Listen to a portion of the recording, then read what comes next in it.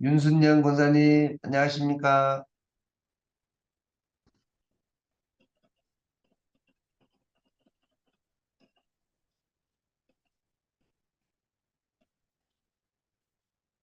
들어오셨는데 목소리가 안 들리시는가? 권사님, 안녕하십니까? 반갑습니다. 네, 잘 들리시죠? 한번 음소거하고 한번 잘 들린가 한번 테스트 한번 하겠습니다.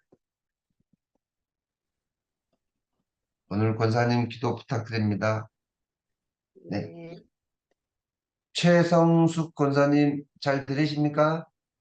안녕하십니까?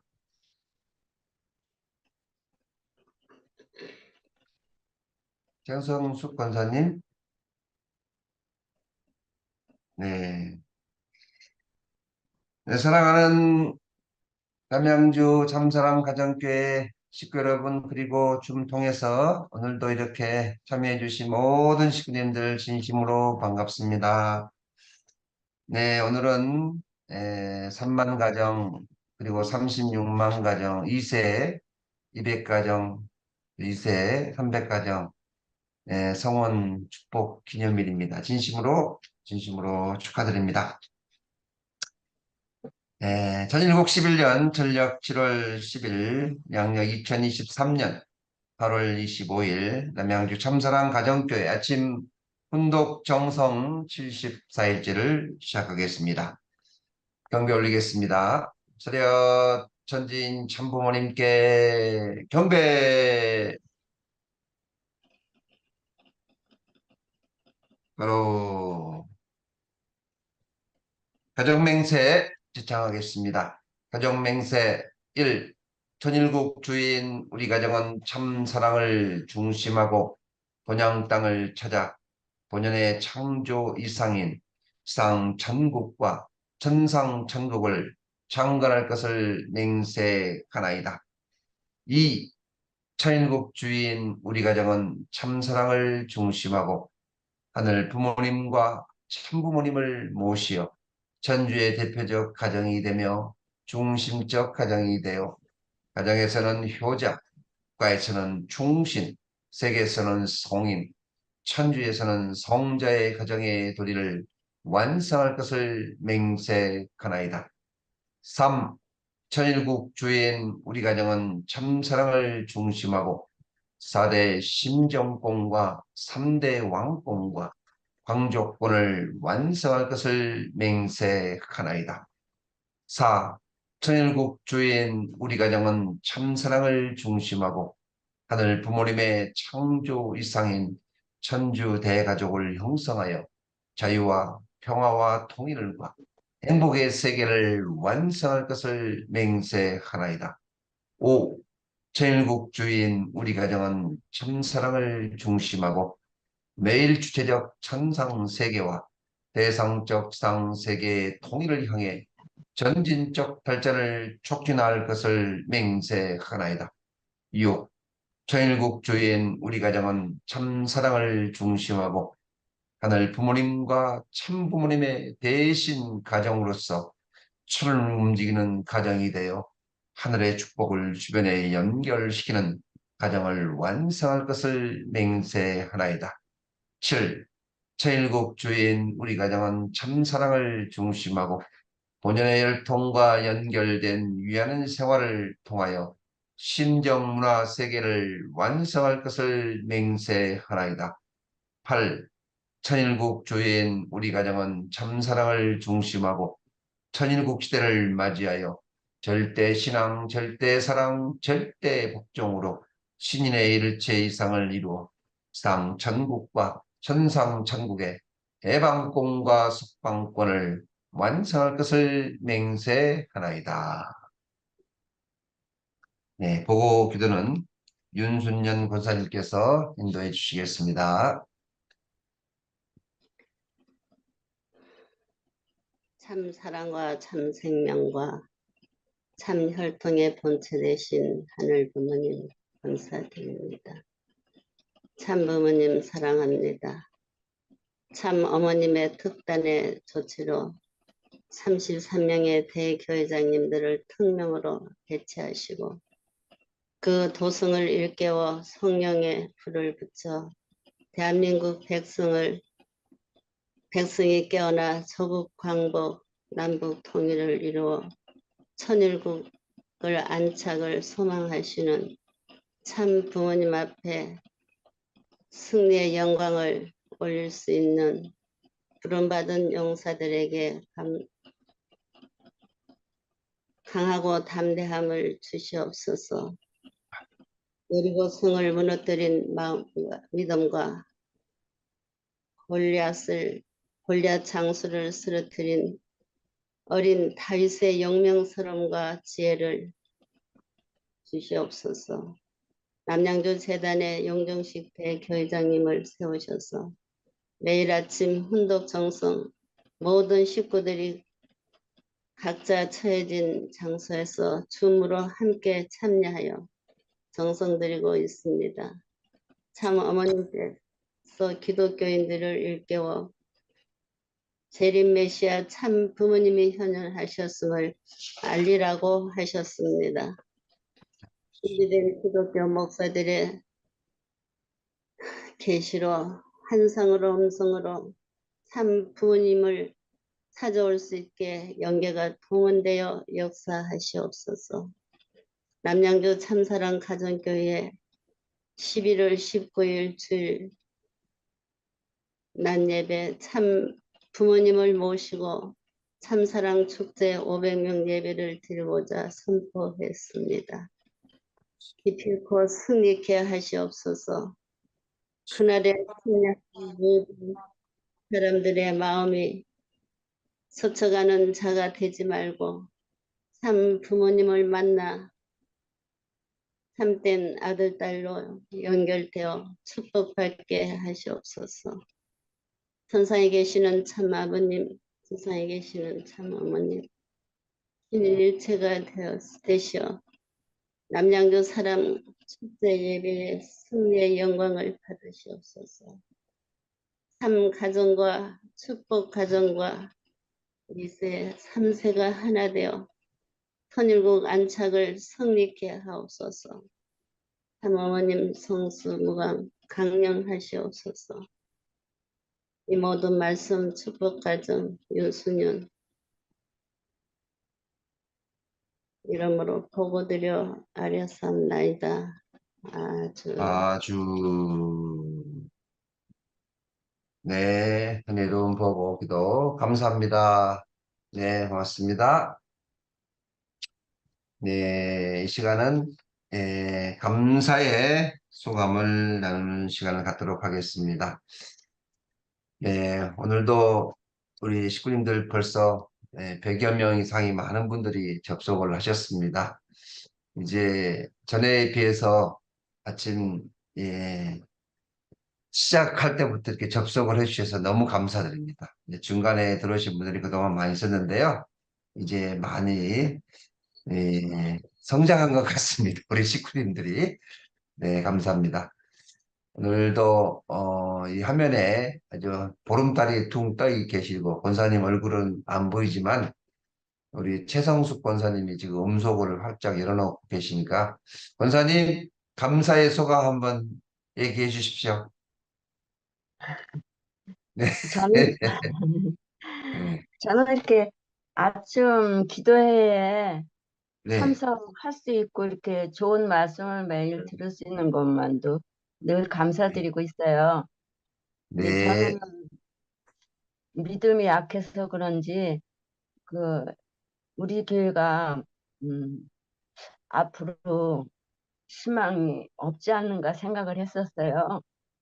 네. 왜냐하면 한 20년 정도 있으면은 식구가 반으로 줄 것 같아가지고 이렇게 나가다가는 우리 교회가 문을 닫는 게 아닌가 그런 생각도 했었어요. 믿음이 약해서.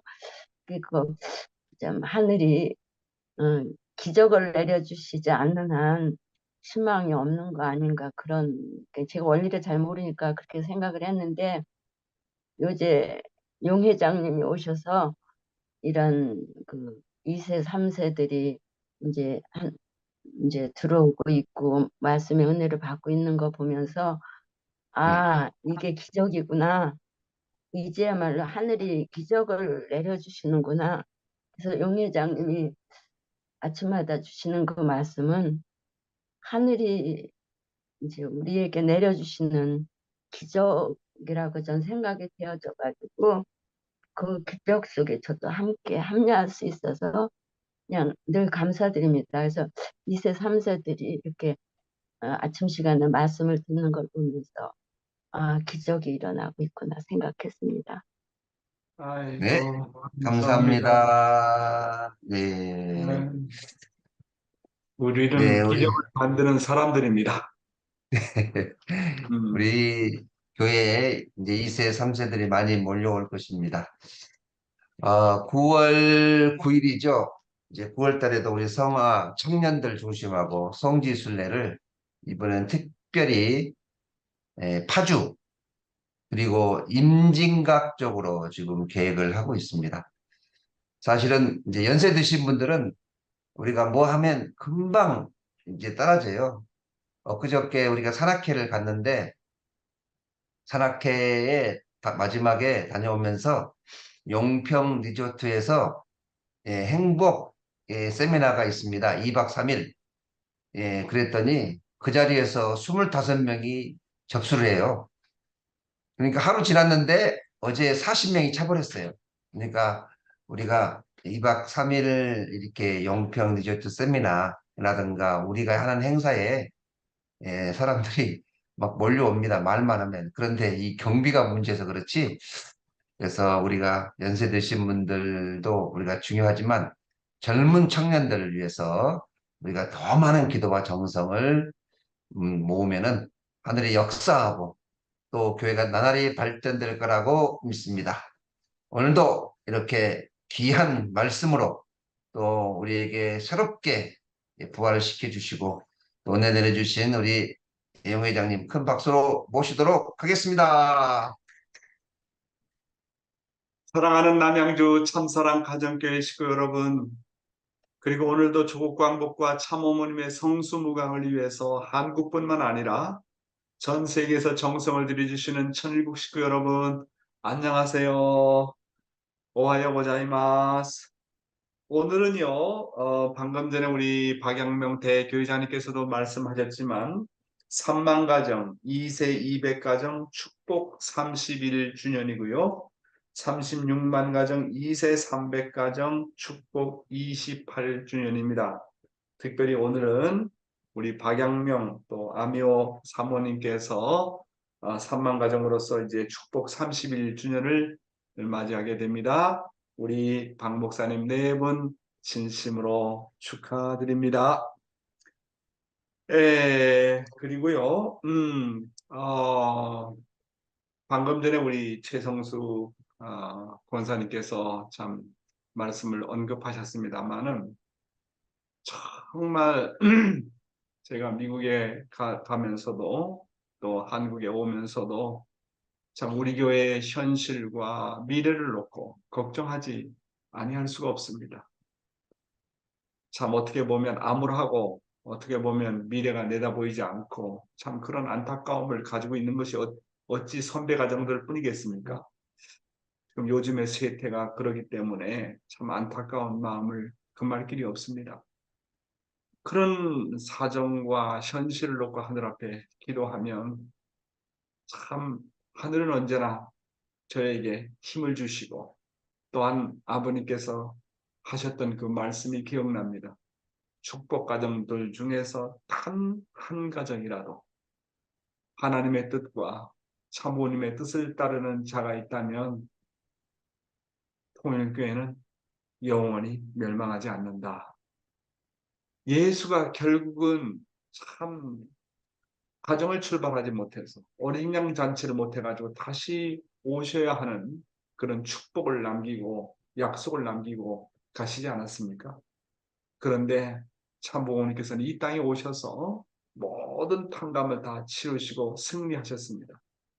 물론 과정적인 현상으로서 여러 가지 어려움이 있지만 이런 과정의 현상이 지나가고 나게 된다면 하늘이 세우신 기반과 참부모님께서 세우신 그 기반과 탕감이라고 하는 것은 그건 상상할 수 없는 것입니다.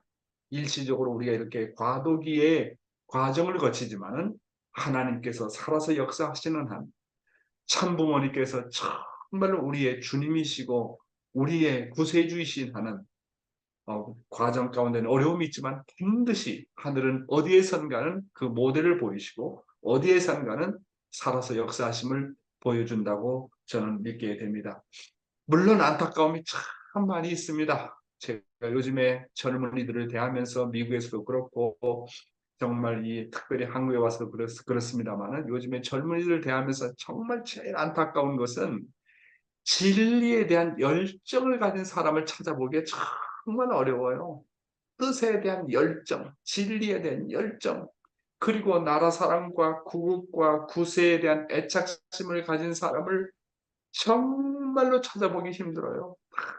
자기 사정에 급급해 있고 자기의 어떤 비전과 자기의 어떤 일을 찾고자 하지 나라에 대한 관심, 구국에 대한 관심, 구세에 대한 관심, 더 나아가서 하나님을 찾고자 하는 그런 마음, 그런 청년들이 없어요.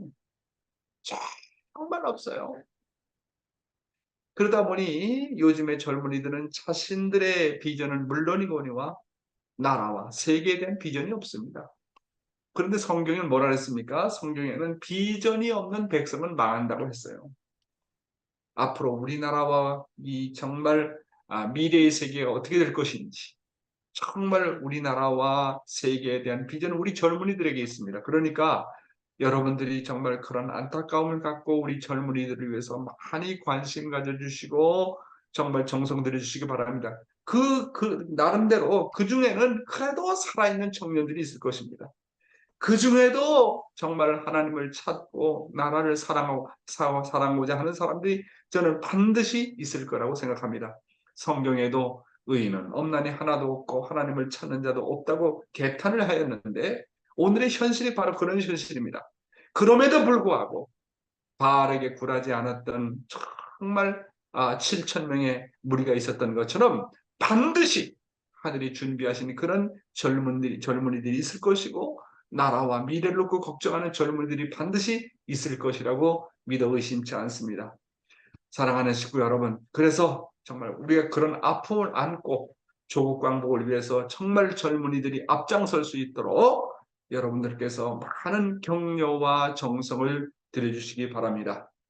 우리는 어떤 상황에서도 우리 젊은이들을 놓고 포기할 수 없습니다. 그래서 성경에서 말씀하신 것처럼 계속 구하고 찾고 두드려야 됩니다. 그런 구하고 찾고 두드리는 정성이 없으면 우리의 미래도 없는 것입니다. 여러분들의 많은 성원과 격려를 부탁드립니다. 오늘 참어머님의 말씀을 먼저 분독하도록 하겠습니다. 오늘은 참어머님의 자서전 말씀 가운데 209쪽과 210쪽에 나오는 내용입니다. 과학은 인류의 꿈을 이루어주는 디딤돌이라는 부분을 분독하도록 하겠습니다. 과학기술은 인간이 만든 것이지 하나님이 만든 것은 아니지 않습니까? 간혹 이렇게 말하는 사람들이 있습니다. 자연은 하나님이 창조하신 것이지만 과학은 인간이 만들었다고 주장하는 것인데 그렇지 않습니다. 과학기술은 하나님이 인간에게 만물을 주관하라고 주신 축복의 도구입니다. 우리는 하나님의 마음으로 자연을 사랑하고 인류에게 쓰임새 있게 활용해야 합니다. 그 바탕을 이루는 것이 과학기술입니다. 하지만 안타깝게도 과학기술은 세계 이곳저곳에서 제각각의 역할만 수행해 왔습니다. 도서관에 한 권의 논문으로 묻혀 있는 경우도 많았습니다. 우리는 그렇게 흩어져 있는 과학기술을 하나로 통일시키기로 했습니다. 과학기술의 통일을 이루어 과학자들이 세계 평화에 기여할 수 있는 방법을 오랜 시간 고민했습니다. 국제과학통일회의는 그 고민 끝에 탄생했습니다. 우여곡절의 산고를 거쳐 1972년 첫 번째 대회가 열린 이후 네노라고 하는 세계 석학들이 지속적으로 참여해 큰 호응을 얻었습니다. 현대과학의 도덕적 방향에 대하여라는 주제로 미국 뉴욕에서 제1차 대회가 열렸을 때 우리 부부는 창설자로서 과학이 인류를 위해 무엇을 해야 하는지 강조했습니다. 과학은 인류의 꿈을 실현하는 데 그 목적이 있습니다. 과학의 문명은 본질적으로 인류 전체 것이어야 합니다. 두 번째 대회는 1973년 일본 도쿄에서 현대 과학과 도덕의 가치를 주제로 열렸습니다. 첫 대회는 7개 나라에서 온 20여 명에 불과했지만 2차 대회는 18개 나라에서 60여 명이 참석해 1년 만에 세계적인 대회가 되었습니다. 특히 노벨 수상자 5명이 참석해서 큰 주목을 받았습니다. 우리 부부가 1970년대 초 미국에 갔을 때 미국 교회의 1년 예산이 26,000달러였습니다. 지금은 언론, 교육, 사회, 봉사 등의 수백만 달러를 쓰고 있습니다. 그중 하나가 과학기술에 대한 후원입니다. 국제과학통일회의가 출발할 때 몇몇 과학자들은 우리의 부부를 의심의 눈초리로 바라보았습니다. 그러나 우리는 유명한 학자들을 초빙하기 위해 많은 공을 들였습니다. 교수님, 이번 과학자 대회에 참석해 주시기를 바랍니다. 정중히 요청하면 돌아오는 답은 엉뚱했습니다. 그 대회 창설자가 문선명 목사 부부라고 하던데 나는 그들에게 반대합니다. 사랑하는 식구 여러분, 참부모님께서 이 땅에 오신 것은 다만 영적인 구원만이 아니라 육적인 구원도 더불어 하셔야 한다는 것을 어제 말씀을 드렸습니다. 참부모님은 이 땅에 오셔서 제1축복의 모델을 보여주셔야 됩니다. 그리고 제2축복의 모델로서 정말 어린 양 잔치를 통해서 참가정의 이상을 보여주고, 그래서 참가정의 이상이 점점 더 넓혀져서 나라가 복귀가 되고 세계가 복귀되는 모델을 보여주셔야 됩니다. 뿐만 아니라 메시아는 이 땅에 오셔서, 참부모는 이 땅에 오셔서 제3축복의 모델을 또한 보여주셔야 됩니다. 그래서 자연을 사랑하고, 그렇죠? 환경을 사랑하고, 그 다음에 제3축복을 이루기 위한 모든 과학의 기술의 평준화라든지 경제의 평준화라든지 교육의 평준화, 이런 모든 것의 모델을 보여주셔야 됩니다. 종교 지도자, 참부모님을 다만 종교 지도자로만 알면 안 됩니다. 참부모님은요, 이 땅에 제1축복, 제2축복, 제3축복의 모델을 보여주셔야 되기 때문에 통일산업과 같은 정말 그런 산업에 손을 대시고, 또한 과학의 평준화를 이루기 위해서 세계 과학자 대회를 지금까지 치러 나오고 계신 것입니다. 그리고 참부모님은 한 개인이 물질을 다 차지하려고 들고 한 나라가 과학기술과 돈을 독점해서 다른 나라를 종속시키는 것은 하나님의 뜻에 어긋난다고 말씀하셨습니다. 참부모님께서 말씀하시기를 과학기술은 하나님이 인간에게 만물을 주관하라고 주신 축복의 도구라고 하셨습니다. 과학기술은 제3축복을 이루기 위한 축복의 도구인 것입니다. 하나님 아래 하나의 대가족 세계를 이루기 위한 외적인 환경 복귀를 위한 축복의 도구인 것입니다. 그래서 우리는 하나님의 마음으로 자연을 사랑하고 모든 과학기술을 인류에게 쓰임새 있게 활용을 해야 되는 것입니다. 참부모님은 과학은 인류의 꿈을 실현하는데 그 목적이 있습니다. 과학 문명은 본질적으로 인류 전체 것이어야 합니다라고 하시면서 국제과학통일회의를 주관해 나오셨습니다. 그런데 오늘날의 과학기술은 오히려 자국의 이익과 전쟁의 수단으로 활용되는 경우가 너무나도 많기 때문에 안타까움이 많은 것입니다. 자, 천일국시대의 신앙생활, 오늘은요, 참 아버님의 말씀 가운데 우리들의 최대의 서러움은 무엇인가? 라는 제목으로 말씀을 나누고자 합니다. 먼저 아버님의 말씀을 읽어보겠습니다. 이제 우리들에게 최대의 서러움이 있다면 그것은 무엇입니까? 내가 서러워할 때 하늘이 같이 서러워해 주지 못하는 입장과 내가 서러워할 때 가정 전체가 서러워하지 못하고 땅 위에 온 인류가 같이 서러워하지 못하는 입장에 있는 것이 무엇보다도 큰 슬픔임을 오늘날 우리들은 느끼지 않으면 안 되겠습니다. 그러면 내가 서러워할 때 하늘과 땅과 인류 전체가 서러워하는 슬픔을 어떻게 해야 느낄 수 있을 것인가? 나 한 개체를 중심 삼고 서러워하면 도저히 그러한 서러움의 입장을 찾아갈 수 없습니다. 이제 우리가 서러워할진대는 나를 떠나서 가정을 위하여 서러워할 줄 알아야 되겠고, 가정의 차원을 넘어 민족과 세계 나아 하늘을 위하여 서러워할 줄 아는 마음을 가져야 되겠습니다. 그럴 때 하나님의 서러움이 세계로부터 국가를 거치고 가정을 거쳐 나에게까지 돌아온다는 것입니다. 자, 아버님의 말씀이 뭐냐면 우리들의 최대의 서러움은 무엇인가 하는 것입니다. 우리들의 최대의 서러움은 첫째로 그것은 내가 서러워할 때 하늘이 동시에 서러워해 줄 수 있는 입장이 못 된다고 하는 겁니다. 그러니까 이거는 부모와 자식의 관계가 아니죠. 그렇잖아요. 타락으로 말미암아. 그럼 내가 서러워할 때 하늘이 서러워해 주지 못하는 입장이 있는데 왜냐하면 나와 하나님의 심정이 다르기 때문에 그렇습니다. 나의 소원과 하나님의 소원이 다르기 때문에 그렇습니다. 나의 사정과 하나님의 사정이 다르기 때문에 그런 것입니다. 그래서 내가 서러워할 때 나는 하나님과 관계없는 서러움을 가지고 있기 때문에 그렇습니다. 자기중심한 서러움은 하나님과 관계가 없는 서러움이 되는 겁니다. 그래서 부모와 자식, 그렇잖아요. 부모의 서러움은 효자라면 효자의 서러움이 되고 효자의 서러움은 곧 부모의 서러움이 되는 것입니다. 타락으로 말미암아 하나님과 인간 사이에 심정의 거리가 생겼지 않습니까? 소원이 다르고 사정이 다르고 심정이 다르게 되는 것입니다. 따라서 내가 서러워하면 하늘도 서러워야 되는데 다 자기 중심에서 울거든요. 다 자기 중심한 서러움만 갖고 있거든요. 그 내 서러움이 하나님의 서러움과 연결이 안 되거든요. 이것이 인간 세계에서 최대의 서러움이 된다고 하는 것입니다. 따라서 나의 가장 큰 서러움은 뭐냐? 결국은 하나님의 심정과 슬픔과 하늘을 모르는 것입니다.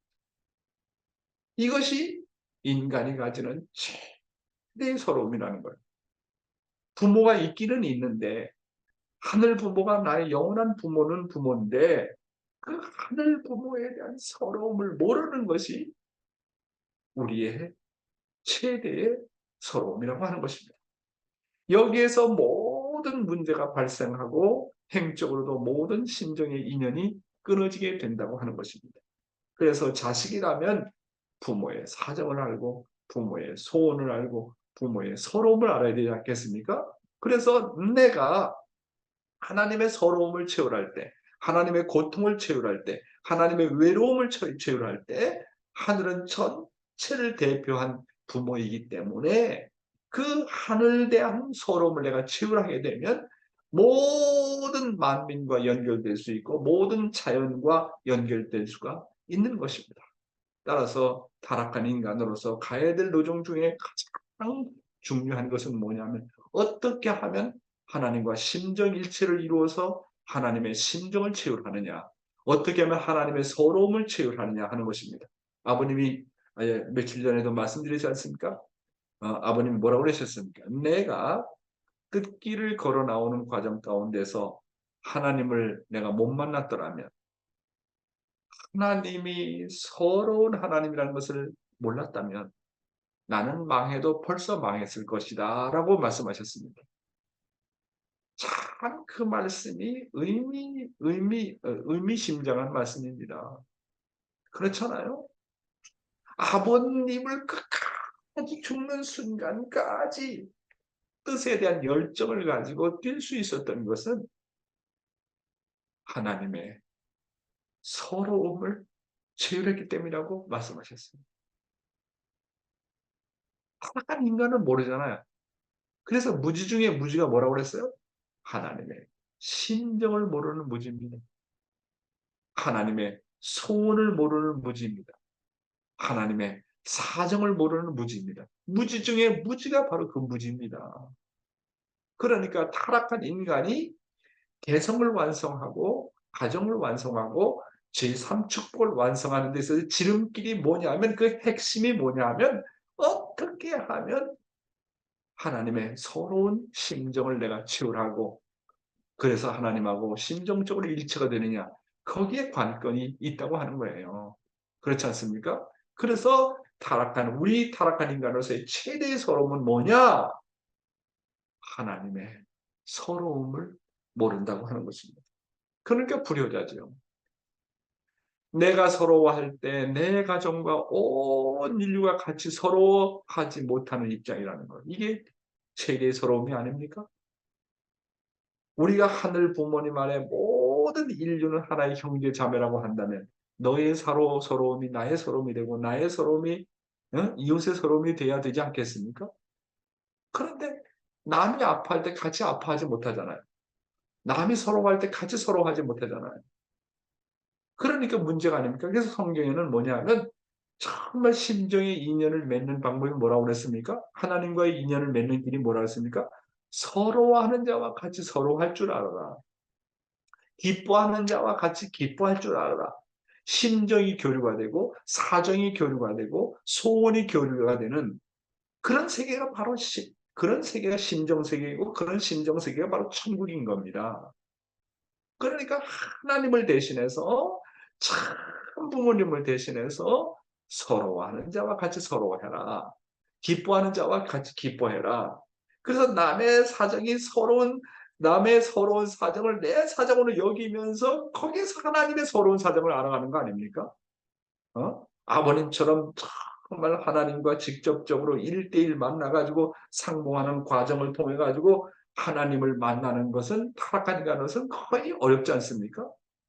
그렇기 때문에 우리가 하나님을 찾아가는 노정에 있어서 가장 중요한 건 뭐냐면 성경에서 말씀하신 것처럼 남이 서러워할 때 같이 서러워하라. 우는 자와 같이 울고 기뻐하는 자와 같이 기뻐해라. 그렇게 남의 사정을 알아가면서 이웃의 사정을 알아가면서 이웃의 고통을 알아가면서 이웃의 기쁨을 같이 체험을 하면서 거기서 하나님의 심정과 사정과 서러움과 연결이 될 때 하나님을 알아갈 수 있다는 거예요. 참 그렇잖아요. 그러니까 하나님을 대신해서 상대방의 서러움을 들을 때 하나님을 대신해서 그 서러움을 내가 느끼게 된다는 거지 않습니까? 이게 타락한 인간이 하나님을 찾아 나가는 인생의 노정인 것입니다. 그래서 하늘의 서러움은 그 어느 누구도 하나님의 서러움을 모르고 있는 것입니다. 인간의 서러움은 바로 뭐라고요? 인간의 최대의 서러움이라고 하는 것은 하나님의 서러움을 모르는 것이다. 가정에서는 부모가 자식을, 자식이 부모를, 남편은 아내를, 아내는 남편을, 가인은 아벨을, 아벨은 가인의 심정을 모르는 것이 우리의 서러움이 아닙니까? 그렇지 않습니까? 목회자는요, 식구들의 사정과 서러움을 모르는 것이 참 문제고, 식구들은, 우리 중심자가 우리 아벨이 참 이런 어려움이 있지 않을까? 이렇게 어려운 사정이 있지 않을까? 그걸 몰라주는 거 아니겠습니까? 그리고 심정세계는 서러움과 서러움이 통하고 서러움과 서러움이 교류가 되고 기쁨과 기쁨이 교류가 되는 세계가 심정세계인 것입니다. 우리가 지상에서 이런 것을 체험하지 못한다면 영계의 어느 세계에 가겠습니까? 예수님이 뭐라고 했어요? 땅에서 매면 하늘에서도 맬 것이고 땅에서 풀면 하늘에서 푼다 그랬어요. 영계에서 가야 될 천국이 있다고 한다면 그럼 지상에서 그렇게 수고하지 않아도 되지 않습니까? 왜 예수가 다시 와야 돼요? 왜 하나님께 그렇게 고생해야 돼요? 지상에서 풀어야 되기 때문에 지상에서 풀면 영계에서도 풀리고 지상에서 맺히면 영계에서도 맺히는 거예요. 하늘이 바라는 소원은 이 땅 가운데 천국 세계를 만드는 거 아니겠습니까? 결국 땅이 문제예요. 땅이. 예? 땅에서 모든 걸 해결해야지. 지상에서 천국 생활도 못했는데 영계 간다고 천국 가겠습니까? 그렇잖아요. 지상에서 매면 하늘에서도 맨다. 지상에서 풀면 영계 가서도 풀린다. 지상에서 천국 생활하면 영계 가서 천국 가고 천국 생활하고 지상에서 지옥 생활하면 영계 가서 지옥 생활하고 그 대답 아닙니까? 그러니까 나는 이 땅에서 살면서 기뻐하는 자와 같이 기뻐하고 서러워하는 자와 같이 서러워하는 그런 심정의 교류가 있어야 돼요. 정말 너자 나자 나자 너자 성상이자 형상이자 형상이자 성상이자 하나님이자 나자 하나님이라고 하는 그런 뗄 수 없는 심정의 관계를 지상에서 살면서 체험하지 않으면 영계 가면 어린 반푼어치도 없어요. 아무런 의미가 없다고요. 영계 가면. 결국 지상이라고.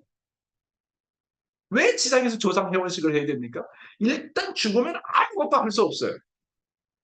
일단 죽으면 다시 지상에 찾아와서 인간의 육신을 빌리지 않으면 성장할 수 없어요. 그렇잖아요? 과일은 과일나무에 붙어 있을 때 성장해요. 과일나무를 떠나서 성장할 수 있어요? 그렇게 영인체는 육신이 있을 때만이 가능한 거예요. 그러니까 뜻을 이루지 못하고 영계 가면 한 사람도 빠짐없이 다 지상에 재림해야 되는 거예요.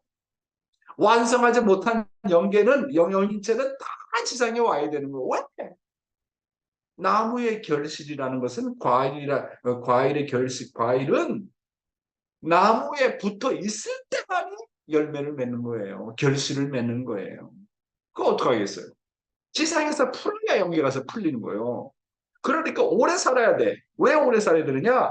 지상을 풀어야 되기 때문에. 죽는다고 해결됩니까, 여러분? 죽는다고 해결되면 빨리 죽죠. 자살해서라도 빨리 가죠. 그렇게 안 돼 있단 말이에요. 지상에서 해결해야 되는 거예요, 지상에서. 지상에서 남편하고 문제 해결하지 못한다? 자식하고 해결하지 못한다? 부모 자식 간에 맺혀 있다? 그럼 영계 가서도 맺혀 있는 거예요. 지상에서 아버님하고의 관계가 맺혀 있다? 어머님하고 관계에서 맺혀 있다? 영계 가면 풀 도리가 없어요. 지상에서 해결해, 지상에서. 지상에서 하나님의 서러움을 치유하지 못했는데 영계 가면 치유합니까? 그건 말도 안 되는 소리예요. 그래서 지상에서의 삶이 이토록 중요한 거예요. 왜 나이가 들어도 더 오래 살고 싶어 합니까? 영인체가 말해주는 거예요. 내가 아직 완성하지 못했기 때문에 더 오래 살고 싶어 하는 거예요. 덮어놓고 120살, 130살 살려고 하는 것이 아니라 영인체가 말해주는 거예요. 영인체가. 아직까지 완성하지 못했으니까 더 오래 살려고 하는 거 아니겠습니까? 그런데 아버님은 영인체가 완숙이 되면 때가 되면 다 가고 싶어 한다는 거예요. 지상에 대해서 미련이 없다는 거예요. 여러분 육신에 대해서 미련이 있습니까? 더 오래 살고 싶어 합니까? 왜 그럴까요? 왜 그럴까요? 그 말은 내 영인체가 아직 갈 때가 안 됐다는 거예요. 완성이 아직 안 되어 있다는 거예요. 그래서 죽음이 두렵다는 겁니다.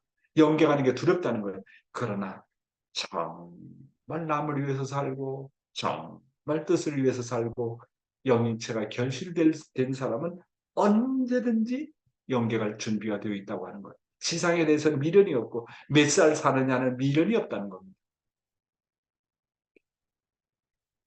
자, 그래서 내가 서러워할 때 하늘과 땅과 인류 전체가 서러워하는 슬픔을 어떻게 느낄 수 있을 것인가 하는 것입니다. 자신의 개체와 자신의 사정을 놓고 그래서 서러워하지 말라는 거예요. 내가 서러울 때 하나님도 서러워하느냐? 내가 이런 어려운 사정이 있을 때 하나님도 어려워하느냐? 늘 하늘을 먼저 생각하라는 겁니다. 그래서 개인의 서러움보다도 가정과 나라와 세계를 위해서 서러워할 줄 알아야 된다는 거예요. 모든 서러움은 하나님의 서러움을 경험할 때 해결이 된다고 하는 것입니다. 모든 서러움은 하나님의 서러움을 모르는 데서 기인한다는 거. 야, 이거는요. 불교의 중들이 이거 이렇게 얘기하겠습니까? 기독교를 잘 믿는 어떤 성도가 이런 말 하겠습니까? 목사가 말하겠습니까?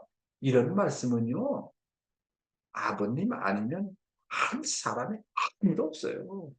이 내용 하나 놓고 보더라도 아버님은요. 틀림없는 메시아예요. 이런 내용을 놓고 보더라도 아버님은 진짜 하늘 부모님에 대해서 효자 중에 효자예요. 자기가 체휼해보지 않고 어떻게 이런 얘기를 합니까? 이런 얘기 할 수가 없어요. 그런 걸 보면 우리 아버님은 정말 하나님의 심정의 세계를 진정으로 알고 계신 분, 체휼하신 분이세요. 자, 아버님 말씀 계속해서 읽어보겠습니다. 타락한 인간이 하나님 앞에 설 수 있는 길은 무엇인가? 하나님께서 지금까지 복귀 섭리를 해 나오시면서 먼저 인간에게 무엇을 믿게 하셨는가? 즉 재창조의 역사를 출발하시기 전에 먼저 무엇을 우리에게 채우게 하셨는가? 그것은 기쁨이 아닙니다. 먼저는 우리 일신을 대하여 서로하는 마음이 우러나오게 하셨습니다. 그 다음에 자기 가정, 사회, 종족, 국가, 세계, 더 나아가서는 천류를 위하여 서로하는 마음이 솟아나게 하셨던 것입니다.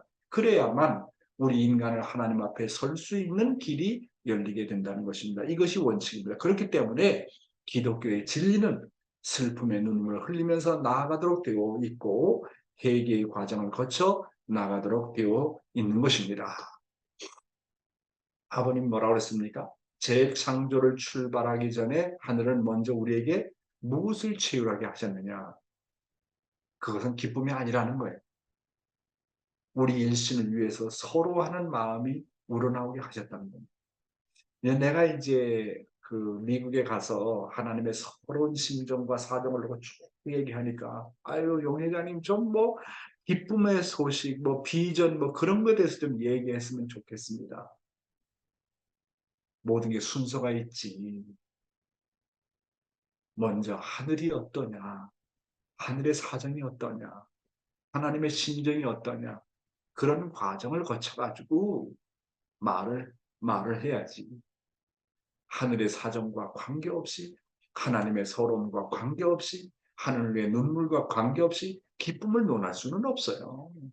그런 것을 바탕으로 해서 뭐 긍정적인 사고방식이라든지 진취적이라든지 뭐 소망이라든지 얘기할 수 있지. 모든 게 다 순서가 있잖아, 순서가. 그렇지 않습니까? 재창조를 출발하기 전에 하늘은 먼저 우리에게 무엇을 치유하게 하셨느냐 하면 기쁨이 아니라는 거예요. 우리 일신을 위해서 서러워하는 마음이 우러나오게 하셨다는 겁니다. 그래서 고생을 시킵니다. 핍박을 줍니다. 가난하게 합니다. 목마르게 합니다. 왜? 하나님과 만나게 하려고. 하나님의 서러움과 만나게 하려고. 지난번에 언젠가 내가 말씀드렸는지 모르지만 제가 초등학교 1학년 때 담임선생이 최인숙 선생이 아직도 이름도 기억하는데 통지표가 있잖아요. 그 통지표 이제 한 학기만 끝나면 통지표가 뭐냐면 이 아기는 조금만 해도 울기를 잘합니다. 그렇게 통지표에 써가지고서는 우리 형제들이 그걸 읽고 날 늘 놀렸어요. 조금만 해도 울기 잘한다.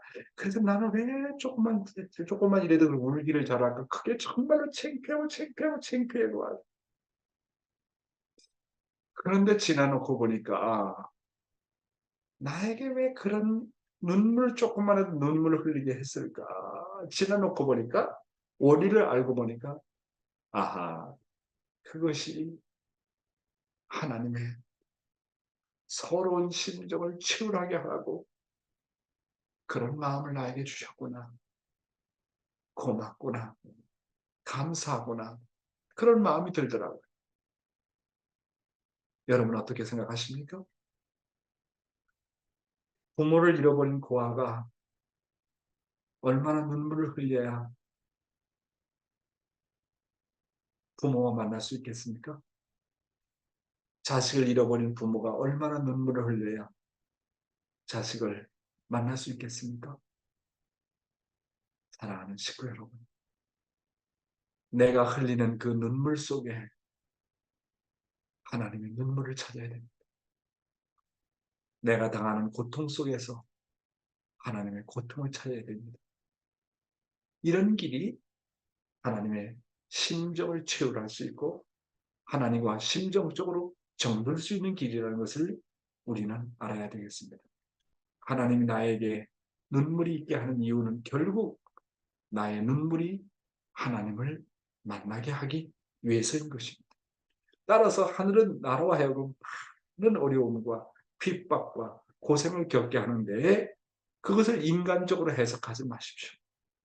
그 모든 것이 하나님과 하나 되기 위해서 하나님과 정들게 하기 위해서 그 모든 것이 하나님의 심정을 채우라고 해서 주시는 그런 과정이라고 생각하십니다. 아직도 하나님과 나 사이에 상봉이 안 되는 이유는 나의 고생의 정도가 하나님을 만날 수 있는 단계까지 못 갔기 때문이라고 생각하십시오. 여러분 늘 말씀드립니다만 물은 99도에서 끓지 않습니다. 물은 100도에서 끓습니다. 내가 고생을 덜하면 하나님 만날 수 없어요. 내가 어렵고 힘들고 정말 어려운 남편을 만나고 어려운 아내를 만나고 때로는 자식이 속을 썩이고 그런 고생의 과정을 통해서 결국은 하나님을 만나는 데 있다는 거. 따라서 서러움을 채우라는 길이 곧 하나님을 만날 수 있기 때문에 내게 다가오는 서러움과 어려움과 핍박과 그 고생이 이유 없이 찾아오지 않는다는 것을 우리는 잘 알아야 되겠습니다. 오늘의 생명의 말씀은 대단히 중요한 말씀인데요. 십자가의 정신이라는 것은 무엇이냐 하는 것을 여러분 한번 생각해 보시기 바랍니다. 십자가의 정신이라는 건 무엇인가? 하나님의 뜻을 이루는 데에서는 최후의 순간까지 자기를 부정하는 자리까지 나가야 된다고 하는 것이 바로 십자가의 정신입니다. 최후의 순간까지 하나님의 뜻이 어디에 있는가? 비록 십자가의 예수님처럼 십자가의 자리까지 나간다 할지라도 뭐냐면 거기에서 하나님의 뜻이 어디 있느냐는 것을 살펴봐야 돼요. 예수님은 십자가에 못 박혀 죽는 자리에서도 그리고 최후의 순간까지도 하나님의 뜻을 알기 위해서 몸부림쳤습니다. 그래서 예수가 뭐라 그랬습니까? 십자가에 못 박혀 죽는 자리에서도 뭐래서 하늘이 시여요. 어찌하여 나를 버리시나이까? 그 말은 뭐요? 하나님, 내가 죽어서는 안 됩니다. 내가 살아서 뜻을 이루어야 됩니다. 그런데 어찌하여 내가 십자가에 못 박혀 죽어야 합니까? 내가 십자가에 죽는 것이 정말 하나님의 뜻입니까? 아닙니까? 만약 내가 십자가에 죽지 않으면 안 된다면 나의 뜻대로 마십시오. 하나님의 뜻대로 하십시오. 그러나 하나님, 내가 죽으면 하나님께서 4,000년 동안 독생자 나 하나를 보내려고 그렇게 피를 흘리고 땀을 흘리고 눈물을 흘리고 수고의 노정을 거쳐왔는데 내가 죽으면 하나님 또 얼마만큼의 세월을 기다려야 되겠습니까? 내가 죽으면 이 불쌍한 이스라엘 민족과 세계 인류를 누가 구원해야 되겠습니까? 내가 꼭 십자가에 죽어야 되는 것이 하나님의 뜻입니까? 최후의 순간까지 예수님은 하나님의 뜻을 알기 위해서 몸부림쳤습니다. 하늘이요, 어찌하여 나를 버리십니까? 그러나, 그러나 나의 뜻대로 마시고 아버지의 뜻대로 하시옵소서. 마지막 순간까지 자기를 부정하는 자리에 나갑니다. 하나님의 뜻이 나의 뜻이 돼야 되기 때문에 마지막까지 자기 자신을 부정하는 자리까지 나가는 것이 바로 뭡니까? 십자가의 정신입니다. 여러분, 아버님 덴버리의 노정 얘기, 흥남 감옥 노정 얘기 들었잖아요. 아버님은 덴버리 안 들어가려고 그랬어요. 최후의 순간까지 덴버리 안 들어가려고 싸우셨어요, 법정에서. 그런데 마지막으로 덴버리에 들어갈 수밖에 없는 상황이 되고 판결이 나자 아버님은 완전히 180도 전환해가지고 내가 덴버리에 들어가는 것이 하나님의 뜻이라고 생각했습니다. 자기 자신을 자세를 180도 바꿨어요. 예수님과 똑같잖아요. 꼭 내가 덴버리에 들어가야 됩니까? 마지막 순간까지 싸웠어요. 그러나 덴버리에 들어가는 것으로 결정되자 이것이 하나님의 뜻이라고 생각하고 마음을 완전히 바꿨습니다. 예수님과 똑같아. 덴버리에 들어가는 것이 오히려 탕감을 빨리 치를 수 있고 미국과 인류를 복귀할 수 있는 길이 빨리 열 수 있다고 한다면 내가 기꺼이 받아들이고 이 길을 가겠습니다. 예수님이나 아버님이나 마찬가지 아닙니까? 우리의 인생의 노정도 마찬가지입니다. 결국은 뭐예요? 자기를 부정하는 거예요. 십자가의 정신이라는 것은 최후의 순간까지 자기가 원하는 길을 택하지 않고 하늘의 뜻을 위해서 자기를 부정하는 정신이 바로 십자가의 정신입니다. 그런데 아버님이 자기를 부정하는 것과 우리가 자기를 부정하는 건 달라요. 아버님이 나 예수님이 끝에 끝까지 가서 이게 하나님의 뜻이냐 아니냐, 십자가에 나가야 되느냐 말아야 되느냐, 뱀벌에 들어가야 되느냐 말아야 되는 것은 보다 공적인 길을 위해서 그렇게 몸부림쳤던 겁니다. 보다 공적인 길을 위해서. 그러나 타락한 인간은 근본이 달라. 우리 인간은 자기 부정하는 데서 자기 중심이 많잖아요. 아버님과 예수님이 자기 중심이 있었겠습니까? 그러나 자기를 부정해야 했던 것은 어느 것이 보다 공적이냐 이거예요. 어느 것이. 들어가는 거냐 안 들어가는 거냐. 십자가의 자리에 나가는 것이냐 안 나가는 것이냐. 보다 공적인 길, 그것을 위해서 몸부림친 자기 부정이었다는 것을 우리는 알아야 되는 것입니다. 십자가의 정신이 뭐라고요? 십자가의 정신이라는 것은 자기가 죽어가면서도 남의 생명을 건지려는 정신입니다. 또한 가정에서는 자신이 죽으면서도 자식을 사랑하는 정신입니다. 이것은 질적으로 고귀한 사랑입니다. 예수가 그런 삶을 사시고 보여주셨습니다. 그래서 성경은 내 십자가를 지고 나를 따르라고 했습니다. 나를 부정하고 뜯기를 가려면 많은 십자가가 있다는 겁니다. 때로는 가족이 반대하고 세상이 반대합니다. 그리고 모든 것을 포기해야 될 그런 때로 있는 것입니다. 따라서 내가 나의 십자가를 지려면, 다시 말하면 나를 부정하려면 수많은 희생이 따릅니다. 거기에는 고통이 따릅니다. 거기에는 역경이 따릅니다. 때로는 애통하게 됩니다. 자기를 부정한다는 것은 결코 쉽지 않은 길입니다. 따라서 누구나 자기를 부정하려면 망설이게 됩니다. 왜냐하면 타락한 인간은 누구나 어떻게 하든지 내가 먼저 살려고 하는 성품을 소유하고 있기 때문에 십자가의 길을 가는 것은 결코 쉽지 않습니다. 예수님께서 겟세마네 동산에서 기도하실 때 마지막 최후의 순간까지 투dem을 하셨습니다. 하늘이시여 하늘이시여 어찌하여 나를 버리시나이까. 예수님은 자신이 어떻게 하든 살아야만 하나님의 뜻을 이룰 수 있는데 십자가에 죽을 수밖에 없는 환경이었던 것입니다. 그러나 하늘은 예수님에게 뭐라 했습니까? 내가 모든 기반을 잃어버려 죽을 수밖에 없는 환경이고 그나마 내가 죽어야 인류를 영적으로 구원할 수 있는 길이 열리니 죽을 각오로 해라. 십자가에 나가라. 그렇게 말씀하시는 거 아닙니까? 그렇기 때문에 예수님의 자체 안의 마음에서 큰 투쟁이 벌어졌습니다. 예수님의 최후의 싸움도 결국은 뭐예요? 자기 부정의 싸움이었습니다.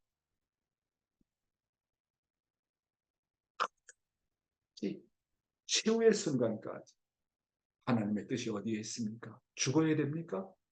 십자가에 나가야 됩니까? 내가 살아서 인류를 구원할 수 있는 길은 없습니까? 예수님이 자기 자신을 위해서 그랬겠어요? 자기 자신을 위한 예수님은요, 인류를 위해서 죽을 수만 있다면, 하나님을 위해서 죽을 때면 1000번, 10,000번도 죽을 수 있어요. 죽음이 두려워서 어찌하여 나를 버리시라니까. 기독교 신학자들이 그렇게 해석하는 사람이 있다고요. 인간이기 때문에, 예수도 인간이기 때문에 어찌하여 나를 버리시나. 아버님 뭐라, 예수가 만약 그렇다면 메시아 될 자격이 없다는 거예요. 왜 예수가 끝까지 살려고 몸부림쳤냐? 나 하나가 죽으면 하나님의 산천의 역사가 복귀 성리가 숲으로 돌아가는 거야. 나 하나가 죽으면 이스라엘 민족이 받아야 될 고통과 이스라엘 민족이 당해야 될 탕감을 생각하는 거예요. 인류가 받아야 될 탕감기를 생각하는 거예요. 그러니까 한수만 있다면 내가 살아서 어린 양 잔치를 해가지고 하나님의 뜻을 이루고 하나님을 해방하는 자리까지 나가야 되는데 하늘이요 어찌 길이 없겠습니까? 그런 몸부림 아닙니까? 예수님은 생각하시기를 인류를 구원하고 죽으면 어떻게 하냐 하시는 것이었습니다. 하나님의 뜻을 이루는 것이었습니다. 하나님의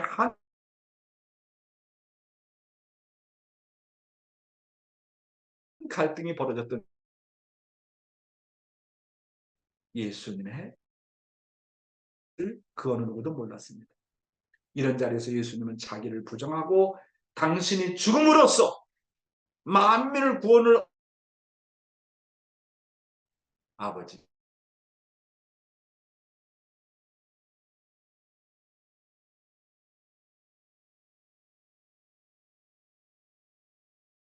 식에서 자리에 나갑니다. 정신이 뭡니까? 최후의 순간 자기를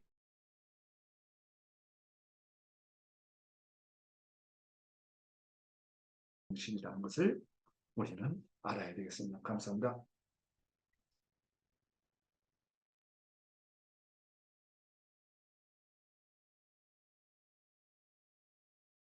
말씀을 생각하는 시간, 의 길이라는 걸 정하고 최후에 나아가는 참여해 주신 모든 분들이 오늘 모두를 위해서 박수 한번 보내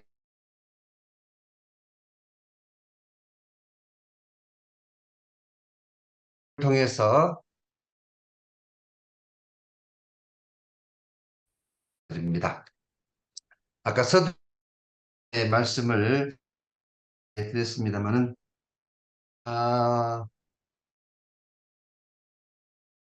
하겠습니다. 들으시고 예, 예, 얘기하실 분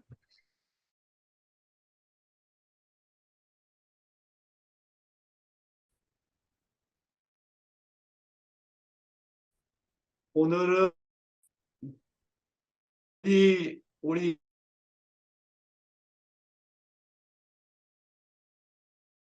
홍순의 남양주 대모님의 소감을 한번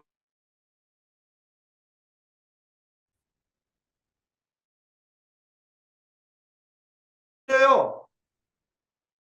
하세요. 음소거 해요. 이 신강 시다요. 님 정말 대단하시. 이렇게 참석하신다고. 음소거 우리 해주세요. 신강 소장님 음소거 교석 됐어요. 예, 들립니다. 네, 지금 아침에 여보세요? 들립니다. 말씀하세요. 네,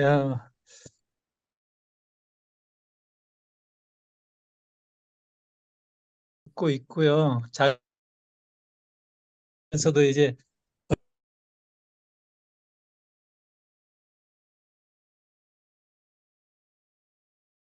자기를 내려놓고 그런 그렇게 해야 이제 잘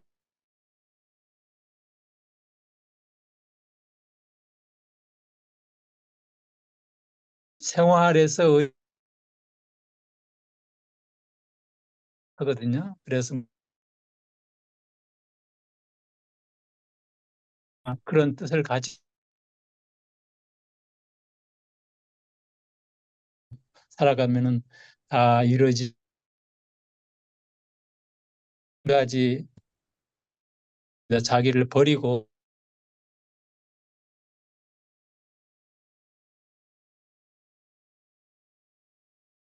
감사하는 마음으로 살아가면은 다 풀릴 것 같습니다. 그렇게 하고 우리 기적도 일어나고요. 예. 항상 그런 네. 생각을 하고 생활하고 있습니다. 예. 네, 우리 신강수 장로님 너무너무 고맙고 감사합니다. 감사합니다.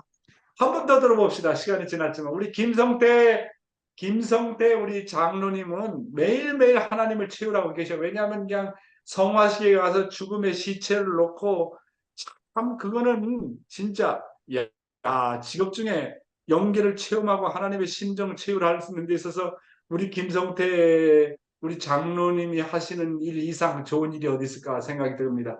김성태 장로님 한 말씀 하세요.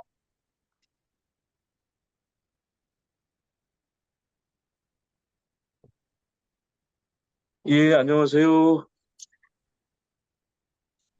매일 아침 이렇게 심정을 부활시켜 주셔서 진심으로 감사드리고요. 예, 우리 모두가 다 말씀으로 거듭난다면 또 그 거듭난 심정을 안고만 가는 게 아니라 또 행동으로 실천한다면 우리 남양주 대교회는 큰 변화가 일어나고 승리할 것이라고 자부합니다. 우리 모두 말씀 안에서 승리하고 또 사랑을 실천할 수 있는 또 하나님 심정을 우리가 상속받았으니까 그 심정을 상속시켜 줄 수 있는 우리 모두가 되었으면 좋겠습니다. 감사합니다. 네, 감사합니다, 장로님. 네, 감사합니다. 고맙습니다. 네, 광고 하나 드리겠습니다.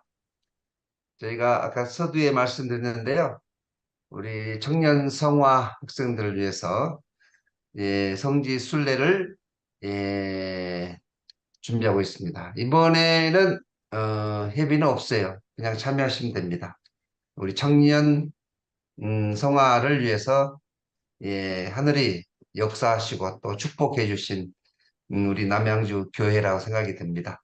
성지 순례 9월 9일. 이 버스도 이미 다 예약을 해놨습니다. 준비 접수해 주시고요. 네, 그럼 기도하겠습니다. 하늘 부모님, 오늘 우리 모든 축복 가정들은 조국 강복과 남북 통일을 위해서 그리고 이 땅의 평화 세계를 위해서 참 본인의 뜻을 받들어 나아가고 있사옵니다. 자기를 드러내지 않고 오로지 십자가의 길을 나가고 있는 당신의 귀한 자녀들 위해 오늘도 기도하는 대로 정성 들인 대로 마음 먹은 대로 우리가 반드시 승리해서 하늘 앞에 영광 돌리는 오늘 귀한 하루 될 수 있도록 인도하여 주시옵소서.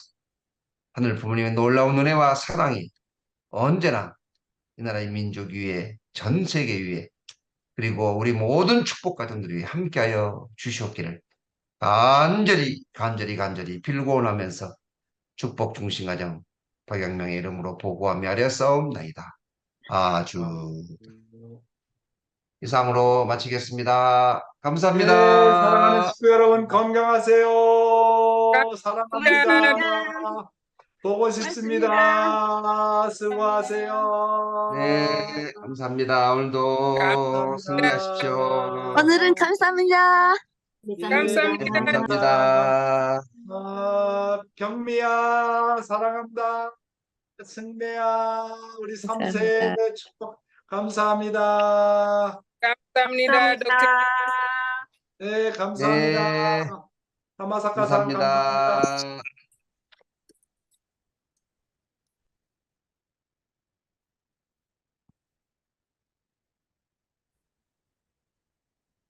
네, 십시오. 우리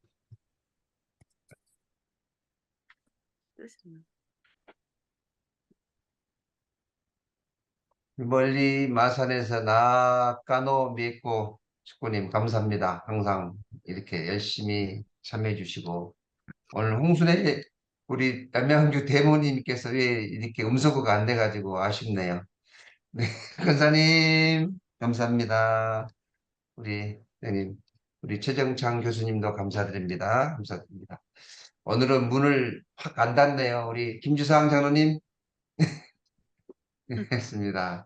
다육구상 어제 생일 축하합니다.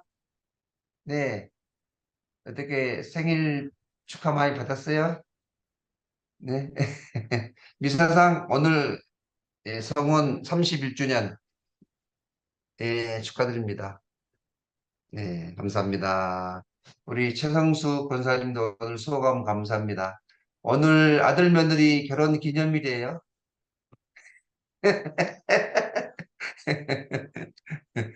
네, 고맙습니다. 조은기 권사님, 네, 네, 감사합니다. 마산 식구님들이 대단하다고 그러더래요. 정종호 목사님 그냥 대단한 열정을 가지고 지금 활동 열심히 하고 계시죠? 예. 같은 3만 가정에서 예, 하여튼 열의가 대단하십니다. 네. 유고 집사님, 네, 오늘 하루도 승리하십시오. 네, 감사합니다. 네, 안녕히 계십시오. 내일 또 뵙겠습니다. 감사합니다.